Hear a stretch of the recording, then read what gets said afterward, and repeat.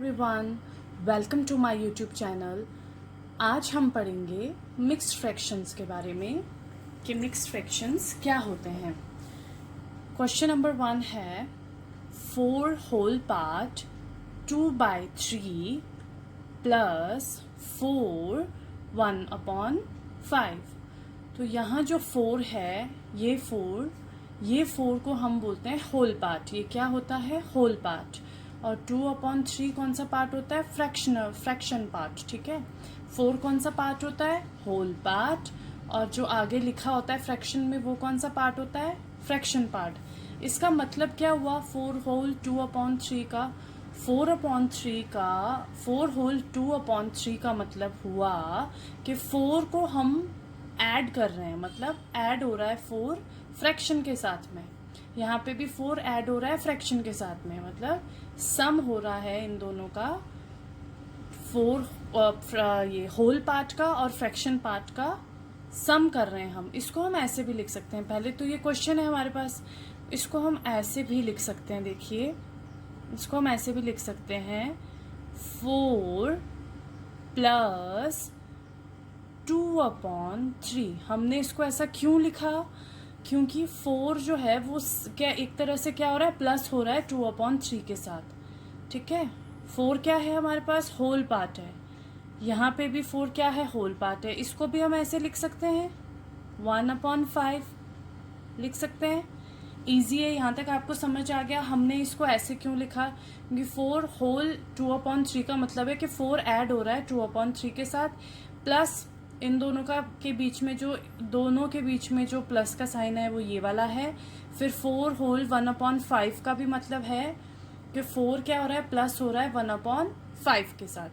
ठीक है, इसके बाद हम क्या करेंगे? जो हमारे पास होल पार्ट है, होल पार्ट मतलब ये होल पार्ट और फ्रैक्शन पार्ट को मिलाने से मिक्स्ड फ्रैक्शन बनता है। होल पार्ट और फ्रैक्शन पार्ट को मिलाया तो हमारे पास ये क्या बना? Mixed fraction. ठीक है, जिसमें कि होल पार्ट और फ्रैक्शन पार्ट दोनों हो उसको हम क्या बोलते हैं? मिक्स्ड फ्रैक्शन बोलते हैं। अब हम क्या करेंगे? जो ये 4 होल पार्ट है इनको एक जगह पे लिख लेंगे, एक साथ लिख लेंगे। जैसे यहाँ लिखा हमने 4 प्लस 4, दोनों होल पार्ट को हमने एक जगह लिख लिया। ठीक है, ये होल पार्ट है तो इसको इसी तरह से लिखेंगे।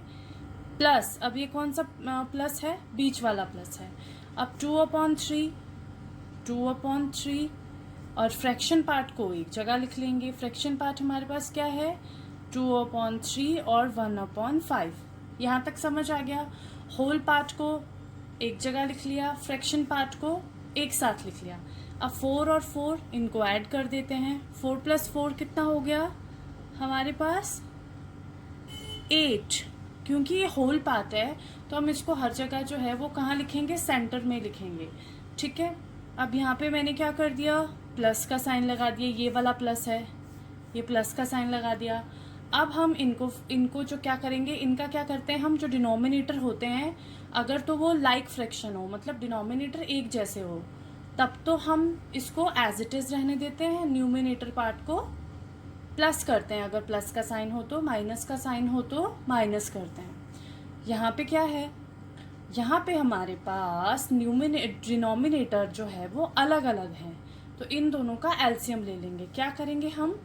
3 और 5 का अगर हम एलसीएम लें, 3 और 5 का अगर हम एलसीएम लें तो हमारे पास एलसीएम क्या आएगा? 15। ठीक है, हमने यहाँ पे क्या किया? 15 ले लिया एलसीएम। आपको समझ आया 15 कैसे आया? 15 आने के बाद अब हम 15 एलसीएम जब भी हम लेते हैं उसके बाद क्या करते हैं? उसके बाद इस टर्म को कैसे सॉल्व करेंगे? एलसीएम जो आता है उसको डिवाइड करते हैं हम किससे? डिनोमिनेटर से। और जो आंसर आता है उसको मल्टीप्लाई करते हैं न्यूमिनेटर से। एलसीएम है हमारे पास 5, ठीक है 15, सॉरी, एलसीएम क्या है? 15 है। 15 को क्या करेंगे? डिवाइड किससे करेंगे? डिनोमिनेटर से। तो मैंने यहाँ पे 15 को, डिनोमिनेटर था 3, पहले इस डिनोमिनेटर से फिर इस डिनोमिनेटर से, तो 3 5 15 हो गया। ठीक है, अब ये 5 जो आया है हमारे पास आंसर आया है, ये 5 आंसर है इसका। इसको न्यूमिनेटर से मल्टीप्लाई करेंगे तो क्या आएगा 5 इंटू 2, इसी तरह से इसको कर लेंगे 15 को 5 से डिवाइड करेंगे, जो डिवाइड करके आएगा उसको न्यूमिनेटर से मल्टीप्लाई करेंगे तो क्या आएगा प्लस 5 को अगर हम 15 को अगर हम 5 से डिवाइड करें तो 3 आता है, 3 इंटू 1। अब इसको सॉल्व कर लेते हैं। इसको सॉल्व करते हैं। हमारे पास 8 को एज इट इज रहने देते हैं, प्लस 5 इंटू 2 कितना होता है 10, प्लस 3 1 जार 3, अपॉन में क्या आ जाएगा 15। यहाँ तक आपको समझ आ गया कैसे आया ये। अब हम इसको सॉल्व कर लेंगे। सॉल्व करके क्या आएगा 8, 10 प्लस 3 13 अपॉन 15। ठीक है। अब मैंने क्या बोला है कि हम अगर हमारे पास क्वेश्चन मिक्स्ड फ्रैक्शन में हो तो आंसर भी कैसे आता है, हमेशा मिक्स्ड फ्रैक्शन में ही आता है। अगर हम यहाँ ध्यान से देखें तो हम मिक्स्ड फ्रैक्शन में अभी हमारे पास ये आंसर जो है मिक्स्ड फ्रैक्शन में आना चाहिए, क्योंकि हमारा क्वेश्चन जो था वो भी हमारे पास मिक्स्ड फ्रैक्शन में था। ठीक है। अब हम इसको ऐसे, ये इस फॉर्म में है, आप इसको ऐसे भी लिख सकते हैं हम लोग 8 13 अपॉन 15, इस फॉर्म में भी लिख सकते हैं ना 8 30 अपॉन 15, क्योंकि हमें पता है कि मिक्स्ड फ्रैक्शन क्या होता है। मिक्स्ड फ्रैक्शन सम होता है होल पार्ट का और फ्रैक्शन पार्ट का। तो अगर इस सम को हटा के ऐसे लिखें तो एक ही बात हुई। तो हमारे पास ये आ गया 13 अपॉन 15 हमारा आंसर आ गया। ये हो गया हमारा फर्स्ट क्वेश्चन। इसी तरह से अब हम सेकंड क्वेश्चन करते हैं। ये है हमारा सेकंड क्वेश्चन। सेकंड क्वेश्चन क्या है 3 whole 1 upon 2 plus 4 whole part 2 upon 3। Okay. अभी मैंने आपको फर्स्ट क्वेश्चन में बताया था, सबसे पहले हम क्या करेंगे, इसको कैसे लिख सकते हैं। क्या होता है होल पार्ट, मिक्स्ड फ्रैक्शन क्या होता है होल पार्ट का और फ्रैक्शन पार्ट का सम होता है।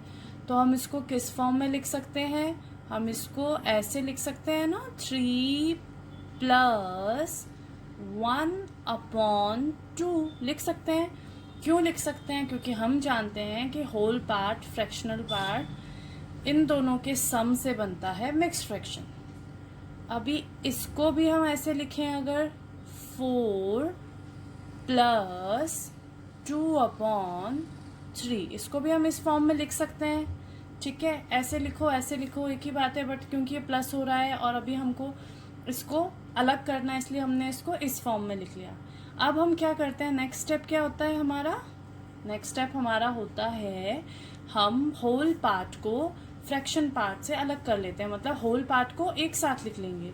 होल पार्ट से हमारे पास क्या क्या है 3 है, एक हमारे पास 4 है, और अब हम लिखेंगे जो हमारे पास बचा है मतलब फ्रैक्शन पार्ट, ये दोनों है हमारे पास 2 अपॉन 3 फ्रैक्शन पार्ट। अब हम होल पार्ट को प्लस कर लेंगे। होल पार्ट को प्लस करके क्या आया 4 प्लस 3 7 प्लस, अब हम क्या करते हैं फ्रैक्शन को सॉल्व करने के लिए क्या करते हैं डिनोमिनेटर का एलसीएम ले लेते हैं। तो 2 और 3 का एलसीएम क्या आएगा 6 आ गया। फिर क्या करते हैं डिनोमिनेटर को, एलसीएम को डिनोमिनेटर से क्या कर लेते हैं डिवाइड। एलसीएम को अगर हम डिनोमिनेटर से डिवाइड करेंगे तो क्या आएगा 2 3 6। अब जो हमारे पास आंसर आता है उसको न्यूमिनेटर से क्या करते हैं, न्यूमिनेटर से उसको मल्टीप्लाई कर देते हैं। तो आंसर क्या आया हमारे पास 3 इंटू 1, अब बीच में प्लस का साइन है तो यहाँ प्लस लगा देंगे।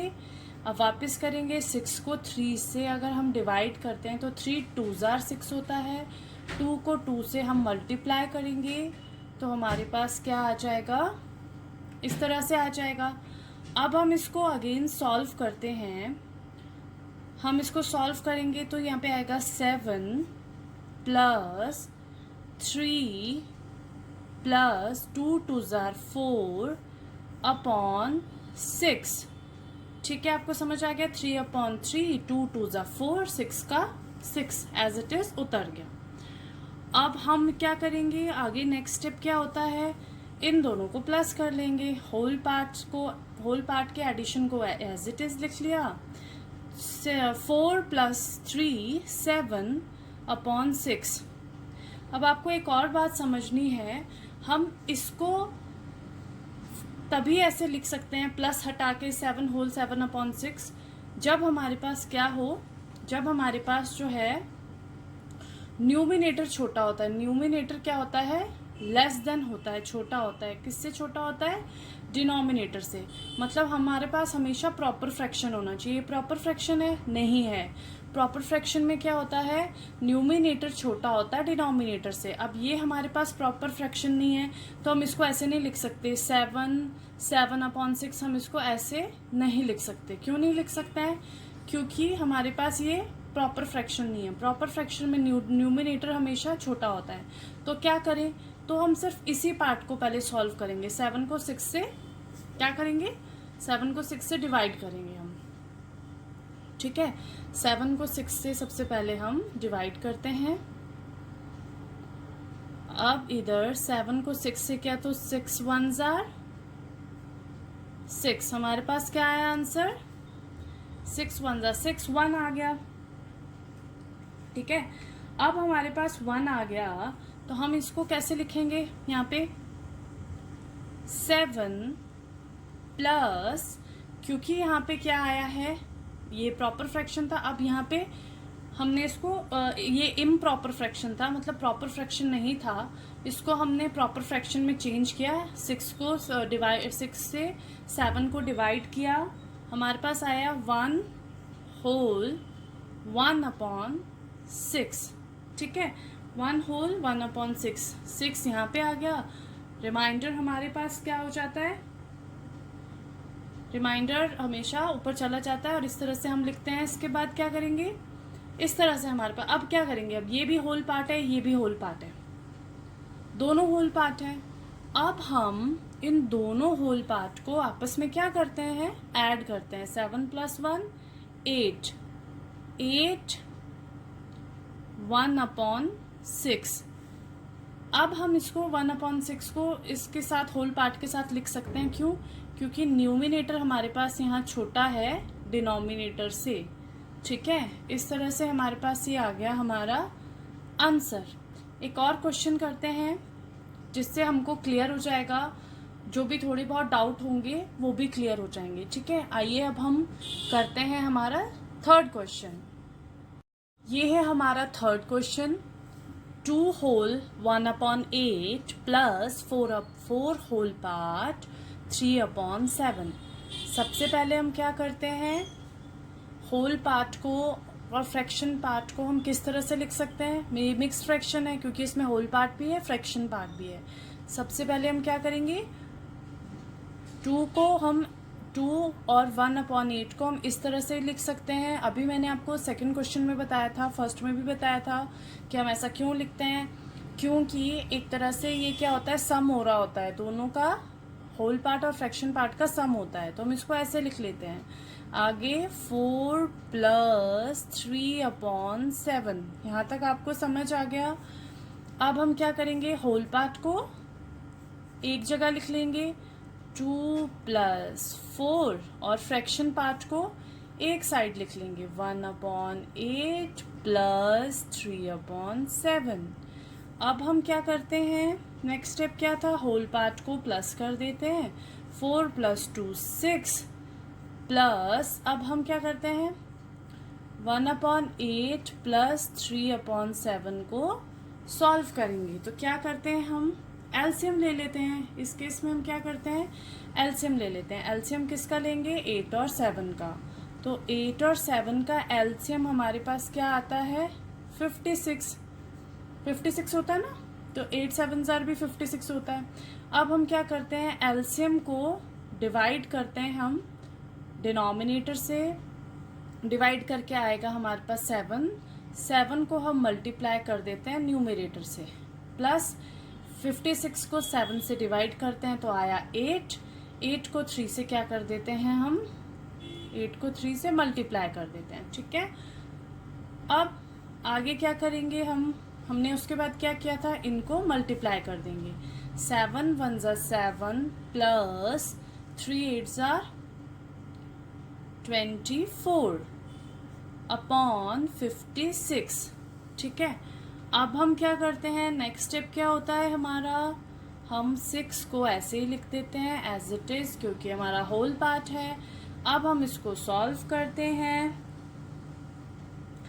सॉल्व करके हमारे पास क्या आएगा,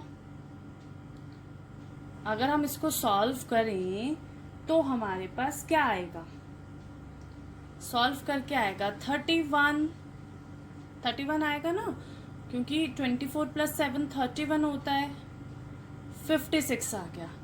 आप बताओ हम इसको प्लस हटा के लिख लें या फिर हम इसको थोड़ा अलग करें, क्योंकि डिनोमिनेटर हमारे पास क्या है, डिनोमिनेटर बड़ा है न्यूमिनेटर से, तो हम इसको ऐसे लिखेंगे, क्योंकि हमारे पास ऑलरेडी किस में है, किस फॉर्म में है हमारे पास ये ऑलरेडी, प्रॉपर फ्रैक्शन में है, तो हम इसको ऐसे लिख लेंगे इस फॉर्म में, ठीक है। ऐसे लिख लिया तो अब हमारे पास ये क्या आ गया, हमारा आंसर। इस तरह से हम मिक्स फ्रैक्शन को सॉल्व करते हैं। आई होप आपको मिक्स फ्रैक्शन सॉल्व करना आया होगा। अगर आपको ये वीडियो अच्छी लगी तो प्लीज़ वीडियो को लाइक करना ना भूलिए और चैनल को प्लीज़ सब्सक्राइब कीजिएगा। Thank you.